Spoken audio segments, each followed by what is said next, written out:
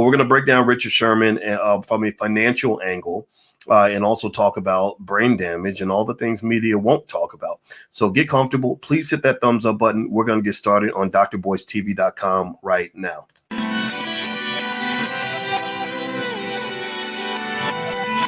Here we are, clan the isms, cataclysm, great. Our people out here struggling, trying to make it in this state. Everybody out here doing it, but we the ones too late. Now family, we the ones who gotta delegate. Get that money in the power, never be fake. Stick to cosign for 3. What did he say? Create jobs, support our own. Educate the same and buy back your home. Got 3 degrees, triple 10. 3 PhDs, now we on the CNN. DBTV, let's talk about negligence. Ignorance is bliss, but we can turn it to intelligence. Please, none of what you hear, half of what you see. Let's break it down here on Dr. Boyce TV. Here we are. Hey, what's going on, guys? My name is Dr. Boyce Watkins. Welcome to drboycetv.com, the home for intelligent Black people. If you're not Black and intelligent, you may want to get the hell out because this is not the place for you. We hang out with Black people who want to be smarter. We live by the B1 philosophy. B1 means that we are Black first. That means we solve our own problems. We don't wait for Superman. We're not looking for anybody else to do anything special. We don't believe white people are magical. We believe we can do it ourselves. We are builders. We are Black nationalists in every single way.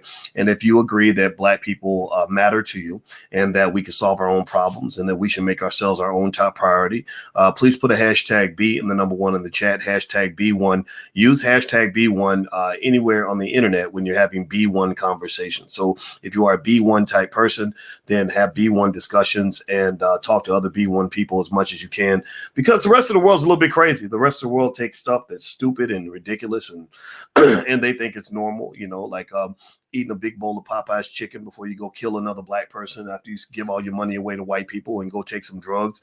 There are people that rap about that make music about that. And then when I say that might not be the healthiest way to live your life, people will look at me like I'm crazy. Well, I'm sorry if it hurts your feelings, but the reality is at the end of the day, if you don't stop the killing, then you won't stop the dying. So if you want your community to live and prosper and grow, if you want Black men to love Black women, if you want Black women to love Black men, and you want Black children to prosper, put a hashtag B1 in the chat. Hashtag B1 in the chat. Now I see somebody in here. It looks like we already got a troll. As you know, when you spray the disinfectant, the rodents are going to start screaming. So Big Rob, everybody say goodbye to Big Rob. Big Rob is out of here. You are banned.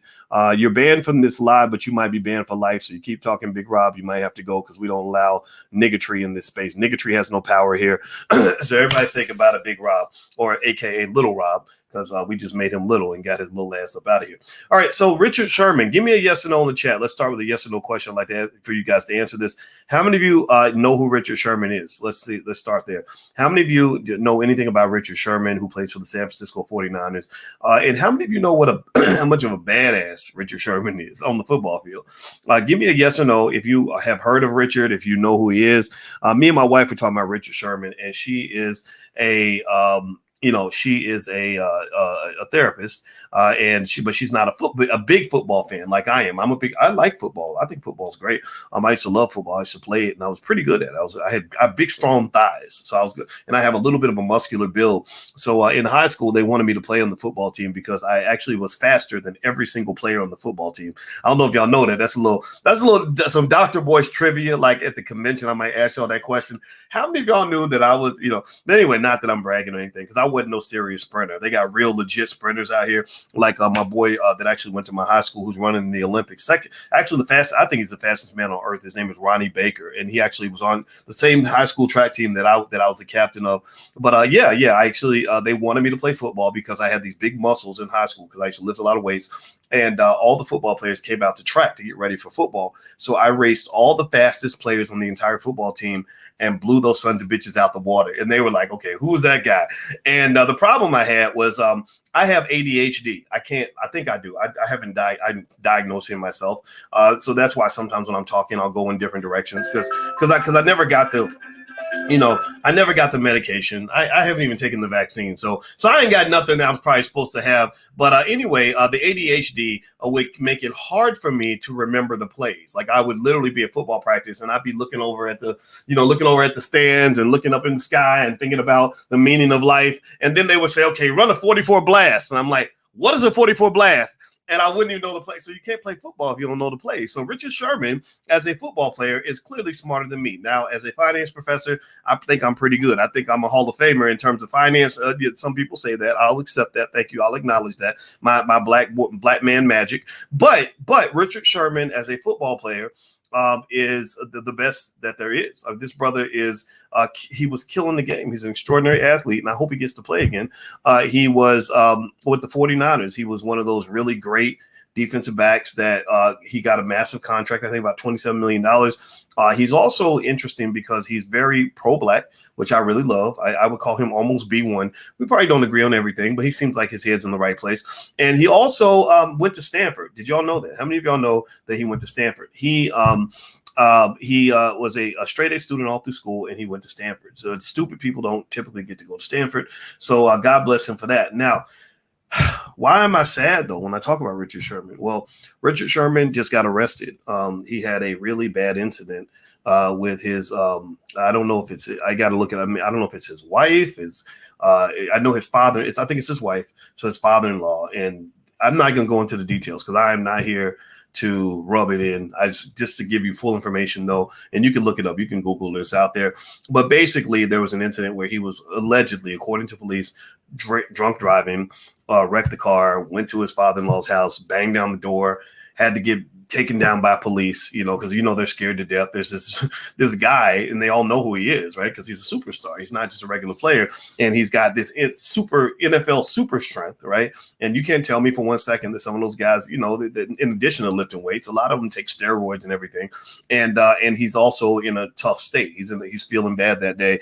Nobody knows exactly why, and I'm not going to speculate on that. I just want to give you the context and explain why I'm talking about Richard Sherman. But as you guys know, on Dr. Boyce TV, one thing we try to do is I like to take the conversation to a higher frequency.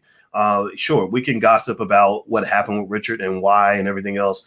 But I'd rather go a little deeper and talk about him as a black man, as a human being, and talk about you more importantly. And many of your sons, are playing football, thinking about playing football. And I'm not here to tell you not to send your son to play football. That's fine. I'm not judging that. I used to beg my mother to let me go to play summer football with my friends because I played in the neighborhood with my friends. Like I thought, if you'd asked me when I was 12, what are you going to be when you grow up? I would have said, I'm going to be a football player with the Dallas Cowboys. I swear to God, that's what I would have told you. Not knowing how much competition there is, not knowing how extraordinarily athletic those guys are. I was a good athlete, but I wasn't like those guys. Those guys are superhuman almost. The black man is a superhero. We're the closest modern living thing to a superhero. And so I'm not knocking football, right? But here's what I want to really talk about and keep it 100 with y'all. Hit the thumbs up button. Please hit the thumbs up button if you haven't done it yet. We really need your support because not everybody is giving the truth to blackness, and we need to be strong, right? So one of you needs to be worth 10 of them, and you know who the thems are: the Negro naysayers, the white supremacists, everybody else. I need y'all to be stronger than them. So if you could take a moment, hit the thumbs up button, hit the share, subscribe, all that stuff, and help us, make this thing work. So here's the deal. With Richard Sherman, after I got really sad about what happened to him, and I heard, these stories allegedly, according to media, that he was very suicidal, that he kept, threatening to kill himself. According to the 911 call, when his wife called in, she was saying that he's threatening to kill himself and stuff like that. First thing I thought about, let me tell you what happened. So I'm sitting next to my wife. My wife is a beautiful black woman who happens to be a therapist. So she's an expert on the human brain. She's a full professor of social work. Not many black women ever get to become full professors. Not many white men become full professors. That's a big deal. So she's smart. She's one of the best in the world at what she does. First thing she said was one of the signs of CTE, meaning brain damage for NFL players, that's what they call it, CTE, is suicide. And I said, really? And I Googled it. And she said, I think she said that one concussion, that's what she said. She said and I got to check the data exactly on this, but it's pretty accurate. She said even 1 or 2 concussions doubles your risk of suicide. Did y'all know that? Give me a yes or no if you knew this. Now, mind you, I'm going to tell you what this is coming from. When we went to Guyana 2 years ago, I'm not just a Negro talking on the internet. I'm not just some guy running his mouth on the internet. There's a whole lot of mouth running Negroes on the internet that don't know nothing about nothing, right? They even talk about me, speculating on me. Ain't never met me, ain't got no data, ain't got no facts. You just talking because talking loud gets attention in the black community, but talking accurate should be more important than talking loud, right? A lot of y'all Negroes talk loud, but you ain't talking accurate, right? So I'm talking loud and accurate right now because when we went to Guyana 2 years ago, the reason me and my wife spent the whole semester in Guyana was because they called her in as an expert on suicide prevention. That's why we were there. We were there because she was there to help Guyana with their suicide problem, which has been heavy since Jim Jones went over there and got everybody to drink the poison Kool-Aid. Y'all remember that? Jim Jones, white boy, got all these black people. See, y'all need to stop following these white folks around. Don't disrespect. If you white, I ain't trying to be mean, but y'all need to stop following these white folks because they will get you drinking the poison Kool-Aid. They already got you listening to the poison music. They got you listening to hip hop that's got a black man in front of 50,000 white people saying, die, nigga, die, kill black people. I'm going to go kill that, no, right? And they're cheering like, yeah, I killed that, right? And you think that's cool because they're paying him to say this, right? You're worshiping the wrong things. You're looking up to the wrong people, right? So then when you got black people dying in your community because they're drinking the poison Kool-Aid, right? The music is the poison Kool-Aid. You think, well, it's just music. It's just entertainment. It ain't music. Don't be blaming the music. Do you understand? If you understood the subconscious mind, you would understand how ridiculous that statement is because a cool song is more effective than a corny commercial any day of the week. And we know commercials work. Corny commercials work, like a Coke and a smile, and I like to teach the world to sing in perfect harmony. I like to buy the world a Coke. Remember that? That was an effective ad campaign. That's corny, though. It's really corny. But what's more effective than the corny stuff is when you throw it with a slamming beat and you make it trendy and cool to rap about killing black people. So effectively, most of your Klansmen are not white people. Most of your Klansmen who are murdering black people en masse are people with black faces. That's why the dying keeps happening. You can't figure out why. That's why you're confused. Like, God, why do black people keep dying? Black lives matter. No, they don't. Because if they mattered, you wouldn't stop letting people celebrate your death and your genocide. Let's just keep it real right here. This is all connected. Sports and hip hop are connected. So here's where I want to go back to with all this with Richard Sherman. Richard Sherman was suicidal that night, according to the 911 call from his wife. CTE, aka brain damage. You cannot convince me that Richard Sherman did not have CTE, that he does not have it right now. Now, let me tell you why I would bet every nickel in my bank account and put it on a stack of Bibles on my beloved grandma's grave. I put it on everything that this brother has CTE. Let me tell you why.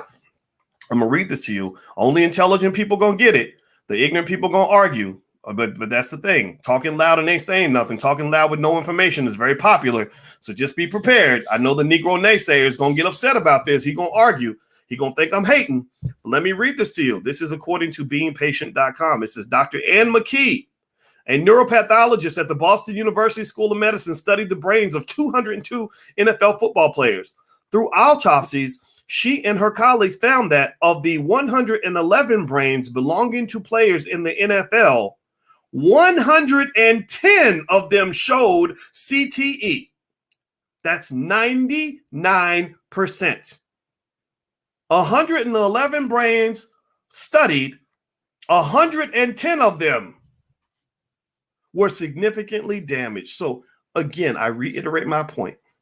You cannot convince me that Richard Sherman, the brilliant man that he is, the awesome brother that he is, B1, great player. I mean, a defensive stopper like no other. You can't convince me that he hasn't taken enough hits to the dome to have significant damage up here. Now, here's your problem, though. Here's your problem. Now, the problem that Richard Sherman has in America, in my view, is that he, in case you haven't noticed, he's not a white woman. He's not a white woman. If Richard Sherman was a white woman, if he was a Becky, he could just, go before the court and cry some Becky tears and say, the NFL, they tricked me into playing football. They manipulated me. They offered me a glass of wine and told me to come up to their hotel room, and they tricked me into joining the NFL. And they forced me to sign my 3-year, $27 million contract with the $3 million signing bonus and the $7 million guaranteed. And they made me go out there and get hit in the head. And now I have brain damage. So therefore, I have no responsibility for any actions that I've taken since that time.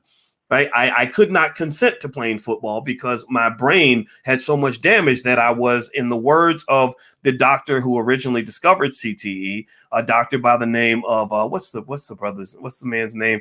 His name was, he wasn't a brother. The original CTE. Now I know about the brother in the Will Smith movie, but the original CTE was discovered by Dr. Harrison Marland, who used to call it punch drunk syndrome. In 1928, he said boxers have what he called punch drunk syndrome. So the same way, so if he were Becky, he could say, I wasn't drunk, but I was punch drunk, which is just like being drunk, which means that if in the law says that if you're drunk, you can't consent. So you have no responsibility for anything you've done. Therefore, charges dropped, right? Richard Sherman doesn't have that white woman privilege, right? Richard Sherman is going to be held accountable for every single thing he did that night. I cannot imagine any judge or any court or any jury that's going to say, man, this guy, he's taking so many hits to the head, his brain is probably all fucked up. He's young. I don't know how old Richard Sherman is. He's probably 31, 32 years old. He was having a bad time with his relationship. Right. Maybe he was feeling hurt. Maybe his wife was leaving him and he didn't know how to handle that. In addition to the brain damage and being drunk, and then that particular night was out of character for him. I don't think they're going to consider that. I think they're going to say, you were a big, scary black man who was threatening to whoop people's asses, and the police had to sick the dog on you and to take you down. That's what they're going to say. I'm really impressed that he wasn't shot that night. I'm really happy that he wasn't killed that night, right? Because there's no way you can convince me that a bunch of cops are not going to be scared to death when a big 6 foot something muscle bound black man, who again, one of the greatest defensive stoppers in the history of the NFL, a guaranteed Hall of Famer, is pissed off and half drunk and ready to kick somebody's ass. Like, there's no way you can convince me they weren't afraid. So I'm impressed that he wasn't killed, and I'm very happy about that, right? So here's the reality. Richard Sherman pays a high price to be Richard Sherman. And it's a price that he's going to probably pay for the rest of his life. And it makes me very sad. When I went to an event, I have a friend. I don't know if y'all know. I know some people make fun of me because apparently Kwame Brown doesn't like me, right? He for some reason I got his attention and he just wouldn't stop talking about me. But it's fine. I don't really care about that. You can talk about me, keep talking. It's totally fine. But I have friends who are in the NFL and the NBA. And there's an NBA player who played with Kwame that I know very well by the name of Etan Thomas. Etan is my buddy. Etan and I are cool. And Etan had me speak at one of his events one year. And when I went to his event, I was standing next to an NFL player, a former NFL player by the name of Antoine Randall L. Now, this story, I promise you the story's going somewhere. So Antoine and I are just sitting there talking. And now my thought when I'm looking at Antoine, I'm like, wait a minute, this guy's the same height as me. He's about the same build as me.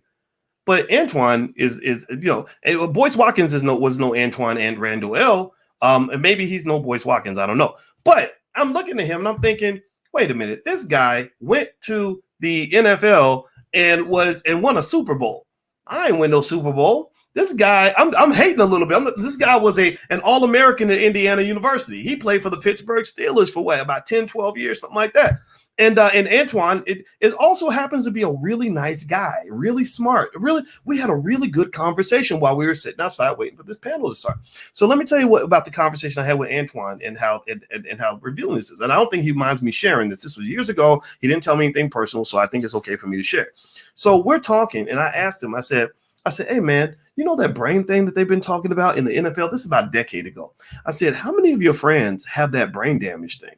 Now, remember, he's in Pittsburgh. He played for Pittsburgh where CTE was discovered. That doctor that Will Smith played in that movie was in Pittsburgh. His first case was Mike Webster, who I think they called him Ironhead or something, or something like that. They made fun. They took pride in the fact that Mike took so many hits to the head.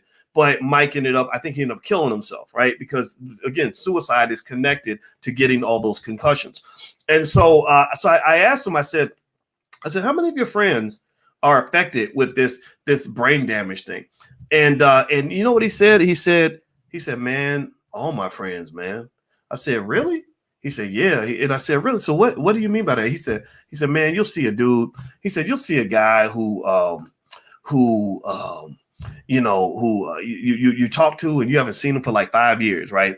And he'll be like, hey, what's up, right? Like, hey, good to see you. How you been, man? Blah blah. You'll chop it up with him, right? And then he said 2 minutes later, you'll talk to the guy again, and he'll look at you and he'll be like, hey, what's up? Like he didn't just talk to you 2 minutes earlier. Like he literally forgot that he just talked to you 2 minutes earlier. Right. And those are some examples. And there were a lot of other examples. Now, let me tell you what happened. This was really interesting. This was an act of God. God meant for us to have this conversation. I do believe in stuff like that. Because let me tell you why. So Antoine, about less than a year after that conversation, Antoine is on the cover of USA Today. And the headline is Antoine Randall L., Super Bowl champion Antoine Randall L. says, I wish I had never played football. I swear to God that literally not too long after we had that conversation, I'm just randomly talking to a dude I happened to just meet at a conference. He's literally on USA Today saying, I wish I had never played football. Now, think about this. Think about this. I want y'all to process this because I was a little black boy that had those NFL dreams, right? Like white people put NFL players on TV. I thought that's what I was meant to do. But let me tell y'all why this is a big deal. Let me tell you about Antoine Randall L. He was no average NFL player. This brother won a Super Bowl. He lived every dream. There's no dream that your child can have about sports that exceeds the achievements that Antoine Randall L. had. He was a wide receiver in the NFL for 9 years. He was a former player. Let me see. What else does it say? It says he's a wide receivers coach now for the Detroit Lions. He attended Indiana University where he played at IU. In his career, let me see. At Thornton High School, he was All-American. As a player, he was a Super Bowl champion, first team All-Pro, first team All-American, Big Ten MVP, Big Ten Offensive Player of the Year, first team All-Big Ten, two-time second team All-Big Ten, Big Ten Freshman of the Year. So this guy had the best career you could possibly have. And think about this. What had to happen to you to make you say, I wish I'd never played football? That's like a billionaire saying, I wish I'd never had any money. I wish I was poor. I wish I'd never gotten this money in the first place. That's that for intelligent people. Now I'm talking to people that are critical thinkers here. That should make you stop and say, okay, tell me more, because that don't add up to me. You mean the best thing that ever happened to you in your life was the worst thing that ever happened to you in your life? That's crazy. Do me a favor, hit the thumbs up button, hit the thumbs up, share, subscribe button if you haven't done it yet. My Instagram is the real Boyce Watkins, by the way. That's on the screen. And also, I should remind you all that we make movies. I know you guys may or may not know that, but we have a new movie that we're putting out now called Till Death Do Us Part. And basically, it is we talk to a lot of couples that have been married 20, 30, 40 years so that we can learn how to love each other again. You cannot build wealth. You cannot build power without building family. If you do not learn how to build your families again, your community will never, ever succeed. The lowest net worth in America is that of a single black mother with children. Did y'all know that? The lowest net worth in America is that of a single black mother with children. The second lowest net worth in America is a black man with babies mamas. Anybody who's ever had a bunch of babies mamas and can't form a structured family, chances are you're not going to have any money because all your money is going to go to child support court. So we're in a war. We're in a war. We're in a war with the people. We're in a war with the men who hate black women. We're in a war with the women who hate black men. So what I'm looking for are black people who want to learn how to love each other and learn how to manage healthy relationships and build structure and build legacy so you can actually develop generational wealth. That's why we made this movie. It's called Till Death Do Us Part, directed by Tierra KJ Williams, aka Miss Black Hollywood. We're not gonna charge you money to watch this film. It is totally totally 100% free, but we spent tens of thousands of dollars making this movie. So we hope that you'll come and join us. We're going to show it for free. The URL is blackmovienight.net. We're going to show it on July 22nd. It's right there on the screen. That's blackmovienight.net. So bring your whole family, because if you want to build family, you got to relearn that the crack war and all the other things they did to you, that destroyed everything. That's why we not only destroy our families, but we glorify that. We call men simps if they love a black woman. We call women weak if they love a black man. And I'm gonna tell you, the strongest people in the community are the people that know how to work together, because sometimes working with other black people ain't easy, because there's a lot of mental health issues going on in our community, and only some of you are going to get that. Those of you who don't get it, go do something else. Go to a stripper party or something. But those of you who do get it, I hope you'll join us to watch this film. So feel free to come in and hang out with us. All right. So here's the next thing about Richard Sherman. So when I explain what's going on with Richard, let's talk about where he is. Where Richard Sherman is financially. Richard Sherman has a lot of money. His last contract was about a $27 million deal. It was a 3-year deal. He got a $3 million bonus with $7 million guaranteed. Also, in terms of Richard Sherman's life, one of the things that I think about is not just the fact that he was a straight A student and a Stanford University graduate and a very pro-black kind of guy. I also think about another guy that was a lot like Richard Sherman by the name of Dave Durrison. Now, Dave Durrison was a guy, I never met Dave, but Dave played for the Chicago Bears, and Dave was the NFL Man of the Year. He won Super Bowls with the Bears back when they had the fridge and all that, and he was just a great player, and he was one of the best that there was. And Dave Durrison was also known for being very, very intelligent. When Dave Durrison, he was actually featured in the Will Smith movie. He wasn't in it, but a guy played him in the Will Smith movie. Let me tell you where Dave Durrison's role was. Dave Durrison's role was kind of that of the Negro naysayer. You know how we have the Negro naysayers who find a problem with every solution, who block everything good for black people, who hate on whatever you're trying to do, right? Well, Dave Durrison was kind of like that. Dave Durrison went to go work for the NFL, and basically he was fighting against the players that were trying to get compensation for CTE. When players would come to him and say, hey, man, I can't think straight anymore. My brain isn't working anymore. Dave was the blocker. Dave was the guy that protected the NFL structure. That's just true. I mean, at least, and that's definitely how they portrayed it in the movie. Well, let me tell you a little secret. Dave Durrison ended up contracting CTE. And Dave Durrison, I knew him indirectly because I happened to know a lady who was dating him at the time. Again, I have these weird random conversations where it just happens to lead to something big with CTE. So somehow God wants me in this conversation. I don't know why, but let me I swear to God. So I had a friend who was dating him, and she would call me and talk to me about Dave. Like, let me tell you what Dave did the other. And I'm like, I don't even know Dave. I'm like, oh, well, he sounds interesting. He sounds like a smart guy. And we're talking about Dave. And then she called me on a Tuesday to complain about Dave. And then like a Thursday or Friday, she calls me to tell me that Dave died. And I was like, whoa, how did he die? Well, he felt, again, because he was a smart man, he was smart enough to know what was going on with his mind and his body, and he felt something wasn't right. So he wrote a letter to his family basically saying, when I die, please make sure they study my brain so that they can figure out what's wrong with me, because something isn't right. And so Dave then proceeds to shoot himself in the chest, and he shot himself in the chest. Again, if you're killing yourself, a lot of people shoot themselves in the mouth or in the head. He didn't do that. He shot himself in the chest to preserve his brain, to make sure his brain was still available. And they studied his brain, and he has CTE really, really badly. And so Dave Durrison, when I think about Richard Sherman's case, I think about that conversation I had with Antoine Randall L. I think about the discussions and the many discussions I had with the close friend of Dave Durrison and what happened with Dave.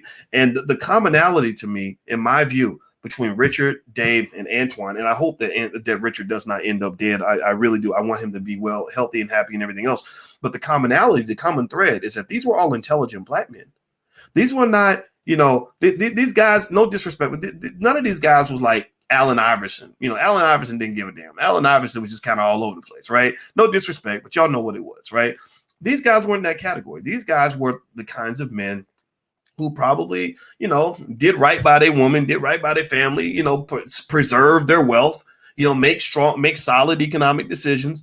And all of them went through all kinds of hell because of football. And so when I see what's going on with Richard Sherman, I worry about the guy. I guess there's nothing you can do about it at this point. But I'm talking about it out loud because I really think we've got to sort of re-examine our relationship with football as Black people. I know that they recruit the hell out of Black boys for football because we're the best. We're the best. I mean, we got the muscles, we got the speed.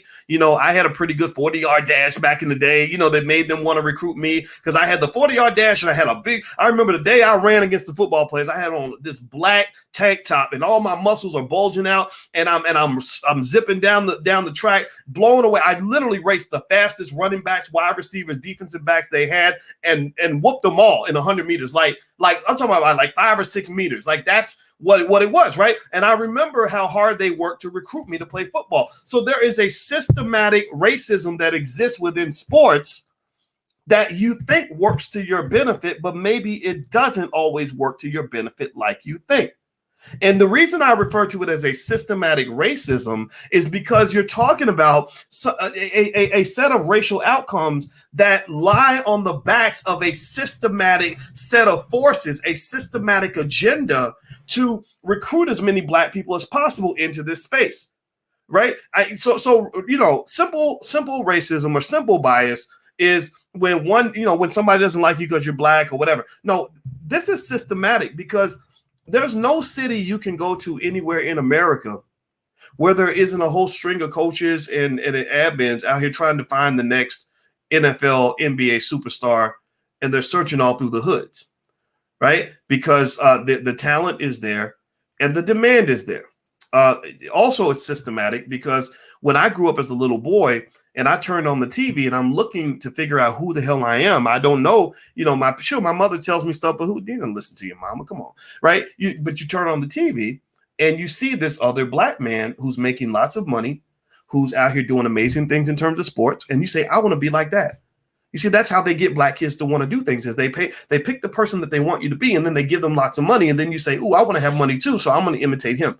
That's how minstrel shows work so well. The kid working in the cotton club who's busting tables, and for white folks, sees the guy on the stage who's doing the minstrel show. Yes, a boss, right? And he says, ooh, they're clapping for him. They're giving him money. He's got all the attention. I want to be successful too, so I'm going to copy that, right? That's the brainwashing aspect. That's why it's so hard to fight with some of these Negroes because unfortunately, many of our people are just sick. Right. And it's not their fault. It's society. That's what they're given. That's the systematic aspect of this. That's why the control of Black-owned media, Black-owned educational systems is really important. Alicia and I, we only donate money to 100% Black-owned schools. We don't give money to big white universities. We're not doing any of that. We give money to schools that are run by Black people because we need our Black children to get a Black education. Not Black children who get a white education and think that makes them into better Black people. That's just not true. Take it from a guy who's got plenty of white education. I probably have more white education by the age of 25 than most people have in their whole entire life. So I'm a victim of it too. But I don't want to be a victim anymore. I want to succeed, and I want you to succeed. So with that said, when you're looking at a situation like this, the question that has to be asked, and this is only a question you can answer because the Lord knows I don't want to piss off all the football fans and football coaches that are out here. I've done pissed off enough brothers by challenging some of them in terms of how they view Black women, right? And I'm not anti-football on any level. In fact, I'm a football fan, right? Which probably makes me a little bit hypocritical, to be honest with you. But we've got to re-examine our relationship with football, and we've got to ask ourselves, is it worth it? If you knew that your son was going to be the next Richard Sherman or the next Dave Durrison, they were going to go win a Super Bowl. Remember, Sherman, I think Sherman's won a Super Bowl. I think he won a Super Bowl with the Seahawks, right? Because I think with the Niners, they got their butts kicked, but maybe I'm getting it wrong. But I think he's won a Super Bowl. At least he's been in the Pro Bowl. Y'all can help me in the chat if you can correct that. But Dave Durrison won a Super Bowl. Antoine Randall L. won a Super Bowl. So if you knew your child was going to be the next Dave Durrison, the next Antoine Randall L., the next Richard Sherman, would you sign your child up for that? Give me a yes or no in the chat. Would you be okay with that? Like, are you okay with that path? Right? Because the thing is that sports seems to come with a gift and a curse, particularly football. It comes with a gift and a curse. The gift is, it's like a deal with the devil. The gift is money, maybe some women, whatever, right? All kinds of, other things that you get that come, you get money. Women automatically think you're more attractive. You get fame. You get the chance to say, look, mama, I made it. But the trade-off is that you might have a very, very short life, right? And because remember that that the NFL, the CTE is not the only thing that kind of happens when you're talking about playing at that level. Playing at that level requires you're competing every day against big, gigantic, superhuman men who are desperate for an opportunity, many of whom are taking insane amounts of steroids, right? Which might mean that you might have to take steroids too to compete with them, right? So drug addiction is a big problem that a lot of NFL players have. A lot of NFL players leave the league. They're addicted to painkillers like oxycodone and all that stuff. The oxys are now being banned by the government. These companies are being sued by the government right now because they got the whole country hooked on painkillers. Do you think, I know a lot of NFL players who can't stop taking the painkillers because the pain only gets worse. You get older, shit just starts hurting just because you're 40. I don't know any 40 pluses in the room, 45-year-olds, kind of mad because you're just like, why is my knee hurting? I didn't even play basketball yesterday and you don't know why. Well, that's what happens, right? You get older, stuff just hurts just because, right? And I can't imagine how it must feel when you've been taking massive hits to the body and to the brain that pretty much are the same as you being in 10,000 car crashes, right? Literally, that's what they've compared. They've compared a lot of the NFL brain damage to being in like 5,000, 10,000 car crashes. And so at the end of the day, you got to be able to think your way through this and decide, is it worth it? Is it worth it? Right. Now let's see. Ty Robinson. Oh, he said he ain't a simp though. Okay, so Ty, you about to be booty, brother. So get on out of here with your weak ass. All right. So here's the deal. Let me read some of this to you in terms of symptoms of CTE. I did some research on this, and I'm gonna read some of this to you that I thought was really interesting. I want you to give me a yes or no if you're noticing any connection between Richard Sherman's alleged behavior that night and symptoms of CTE. So according to concussionfoundation.org, here are some symptoms of CTE. Impulse control problems, the difficulty controlling your impulses. Aaron Hernandez, ashe to him. That was a guy who had CTE very, very badly. And Aaron Hernandez was a young guy, and he would go to the club. And the feeling you ever have that feeling when you pissed off at somebody and you would like to kill them, but you don't because you don't want to go to prison for life? Well, Aaron Hernandez wouldn't just feel like I want to kill that person. He would go kill that person. He would literally go kill them because he had so much damage right here in the front of the brain. Pay attention now. I'm not a brain expert, but this is some of what I've read. He had damage right here to the front of the brain. They call that the prefrontal cortex. The prefrontal cortex is the part of you that stops the rest of you. It's the part of you that says to you, hey, you could go kill that guy because he's sleeping with your woman. But if you do, you're going to go to prison for the next 50 years. Is that something that you want to do? And your frontal lobe, prefrontal cortex says, no, we don't want to go to prison. No. And then you don't do it. Right. Well, Aaron Hernandez was taking a lot of these hits. Boom, boom, boom. Think about it. You're a tight end. You run across the field. You make the big catch. You cracking somebody right here. Boom, boom, boom. Over and over and over again. So Aaron Hernandez had lost a lot of his impulse control. So some symptoms. I'm going to keep reading the symptoms. I want you to tell me if you saw any of this with Richard Sherman. Because remember, when Aaron Hernandez gets hit in the head, who's hitting him? Who's clashing with him like a ram? The clash is coming from a Richard Sherman, the defensive back. So the defensive back is lowering his head. Then you're not supposed to lower your head, but y'all know what football is. You know how it works. You know people crack heads in football. So Sherman lowers his head to take down Hernandez. Hernandez lowers his head to take the hit. Both of them end up with brain damage because they basically slammed into each other in this car crash because both of them run the 40-yard dash in about 4.3 seconds, which means that they're coming at each other. We have large masses of bodies coming at each other at a very rapid pace, and then boom, the explosion happens, right? And white people are entertained. They think that's really great. Yeah, kill him, bro, kill him, right? Okay, let's keep going. Other symptoms of CTE: impulse control problems, aggression. He was very aggressive that night, wasn't he? Mood swings. Well, if you say you want to kill yourself, that would probably qualify as a mood swing. Depression. A lot of depressed people say they're suicidal, so that fits. So a lot of suicidal people are probably depressed. Paranoia, anxiety. Let's keep going. Cognitive problems. Most patients with CTE eventually experience progressive problems with thinking and memory, including short-term memory loss, confusion, impaired judgment, dementia. Some of these guys are like 38 years old with the brain of a 75-year-old with dementia. They said a 2020 study from BABUCLF Brain Bank suggested that problems with sleep, specifically symptoms associated with REM behavior disorder, may be related to CTE pathology. So that means that a lot of these guys can't sleep. So Antoine Randall L., the guy I told you about earlier, the guy who won the Super Bowl, the guy that I talked to for a while, that was one of the things I remember him mentioning to me was he said, yes, sometimes I have trouble sleeping. Or remembering little things like you might go pick up your daughter from school and then you can't remember how to get back to your house. Right. So I'm looking at the Richard Sherman thing and I'm sitting there thinking, it made me really sad that I did not get a chance to play college football. I really, really admire those athletes. Those guys are extraordinarily talented. And there was nothing I would have wanted more when I was 18 years old than to be on the football or basketball team. I just didn't have it. I didn't have what it took. I was a good athlete, but I wasn't great.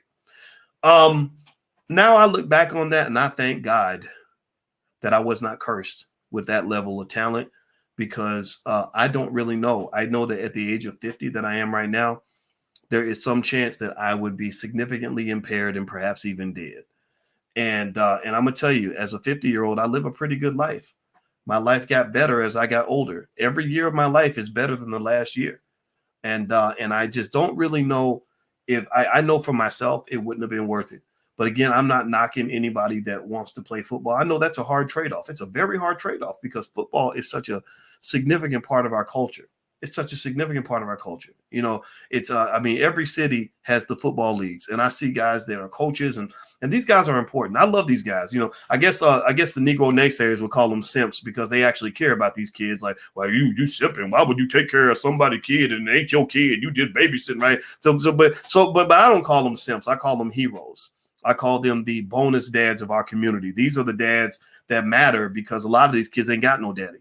Right. So a lot of times the football coach that you grew up with, the coach that motivated you to do your best, to push through your difficulties and to overcome challenges, that becomes the person you never forget for the rest of your life. Because I know I personally learned lessons in sports that made me successful in business, that made me successful in college, that made me successful in everything that I do. And I am a successful man, and I'm a successful man because of many of the lessons I learned in sports. So I would almost say at the end of the day, when I think about Richard Sherman, I wish him the best. I am not in any way making light of the situation.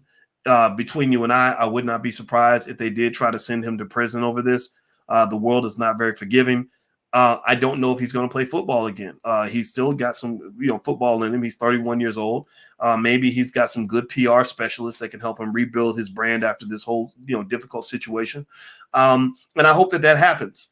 But I would also not be surprised if they just throw him out like they do everybody else. Like E40 said a long time ago in the song, he was talking about young rappers who think they're on top of the world because some white person came along and gave you money. He said they'll find a new nigga next year.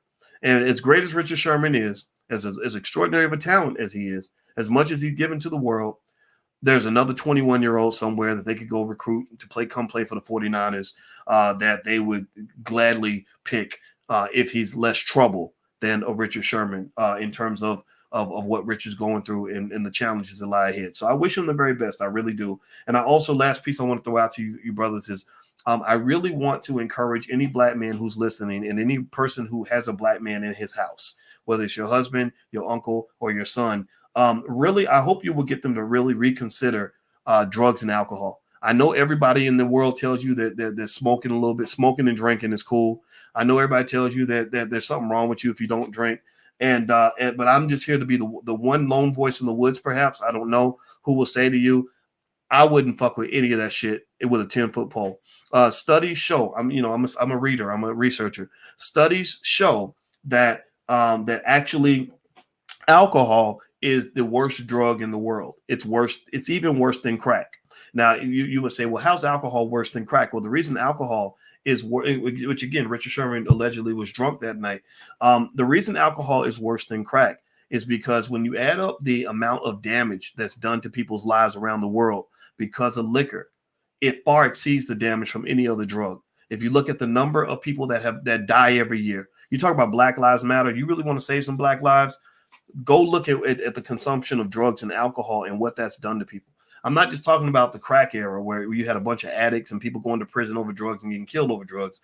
If you just look at liquor alone, think about how many of you, give me a yes or no, give me a yes or no. How many of you know some guy that went to the club and got drunk and got into some old gangster shit, got into a situation where somebody got shot at the club because somebody said something wrong, or you stepped on my baby mama's big toe, or you disrespected me? How many of y'all know a black man who's either gotten killed, gotten shot, or gone to jail over something stupid that happened in the club?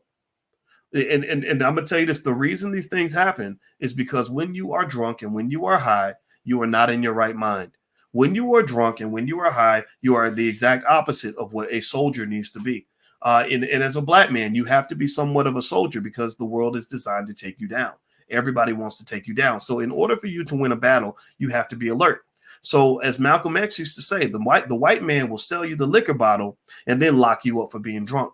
And the reason he'll sell you the liquor bottle is for the same reason that some men try to get women drunk if they want to try to take advantage of them sexually, right? They want to get you drunk because if you are out of your mind, if you're not paying attention, then people can take advantage of you. People can exploit you. People can sneak up and kill you, or they can find a reason to incarcerate you because you did something while you were knocked out that you don't even remember. I felt really sorry for this kid. There was a 22-year-old I saw who took he took a hit of a blunt.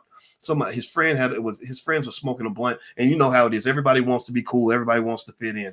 I don't want to fit into anything. I don't want to fit into a sick, dying culture. I don't participate in any of that. And I didn't do that when I was 20. I'm gonna tell you the truth. And so, but this guy, he wanted to fit in. So everybody was smoking. So he wanted to smoke. So he took the blunt and he took one hit on this blunt. I swear to God. So he took one hit on the blunt, and the blunt was laced with PCP. So let me tell you what he did. He then, for that day, he did a bunch of really crazy, outrageous, illegal stuff that he does not even remember. He says that his friends told him that he shot a girl and killed her. He carjacked somebody and pistol whipped them or whatever and did something else. So this kid was in jail about to get the death penalty. Again, they don't have no leeway on these dudes. Like they were about to give this kid the death penalty. Right. And they asked us, so what do you think? What punishment do you think you deserve? Because, you got the white guy saying, so what do you think? Do you think that you deserve a punishment for this? And he said, yeah, I think I deserve to die for that. Whatever I did, I don't remember it, but I think I deserve the death penalty because what I did was terrible. So he was clearly a good person. He was clearly somebody that didn't want to be that person. He wasn't saying like, yeah, I would do it again. Thug, I'm a thug, I'm a killer, I'm a gangster. He wasn't doing that. He was a scared little kid. And I'm sitting there thinking, who mentored this guy, right? Who gave him a false impression of what manhood is supposed to look like?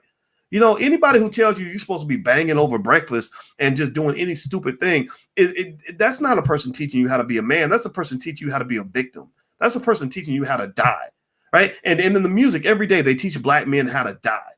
When they're marketing drugs and alcohol to you, marketing things to you that are illegal to market in the United States, by the way. It's illegal to market some of these drugs that rappers like Future and others will easily put in a song. You can't market those things. Companies are getting sued for billions of dollars for marketing those things, but they will market it to you all day long because they don't care about you. They want you dead. They want you locked up. They want you high and drunk. They want you to not be able to come through for your family because ain't no drug addict, ain't no drunk gonna really be able to be solid for their children.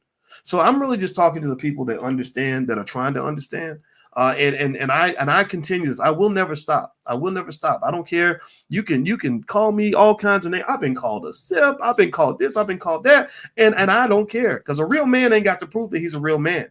And I'm trying to give something, hopefully, and I hope other people will join me because I'm not the only one who thinks this way. There's millions of you out here, and I'm hoping that I can use my low platform to give you the courage to be you and to fight against this toxic death culture that's being mass promoted and marketed to black men. because that's one of the reasons that your community's failing. A lot of it is because your men are being set up to fail at an early age. You get a kid hooked on pills at 19 years old, there's a good chance he's going to be worthless for the rest of his life.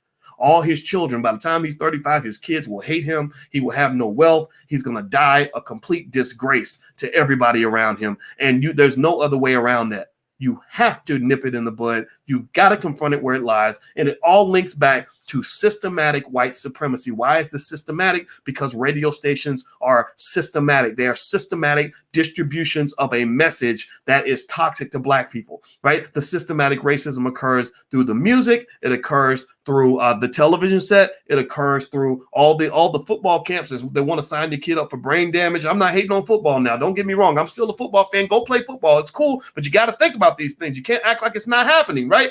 There's systematic racism everywhere, and people don't even see it. Because you up here worried about whether some white lady called you the N-word when she was at the grocery store. I don't give a damn what some toothless old lady had to say. I'm looking at the damn system. You got to nip the problem in the bud. If you do not do that, you will always be confused by the racism. So I'm going to go. That's my 2 cents. God bless Richard Sherman. I wish him the very, very best. I admire this guy immensely. I think that he is an asset to the world, and I really hope that he can overcome this, and I wish him the very best. So you guys have a wonderful day. Please take care, and please share this with your sons, and I hope that they'll listen.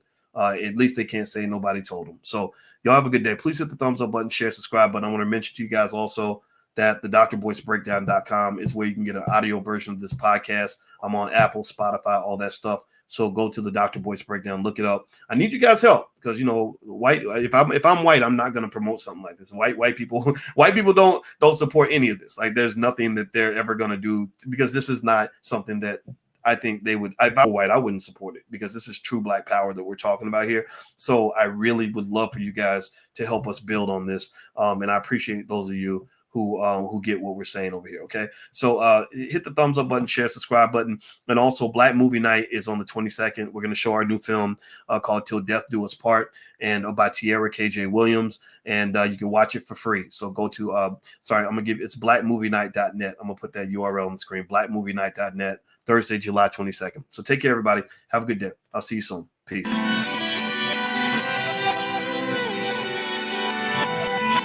Here we are, clan the isms, cataclysm great. Our people out here struggling, trying to make it in this state. Everybody out here doing it, but we the ones who late. Now family, we the ones who gotta delegate. Get that money in the power, never be fake. Stick to cosign for 3. What did he say? Create jobs, support our own. Educate the same and buy back your home. Got 3 degrees, triple 10. 3 PhDs, now we on the CNN.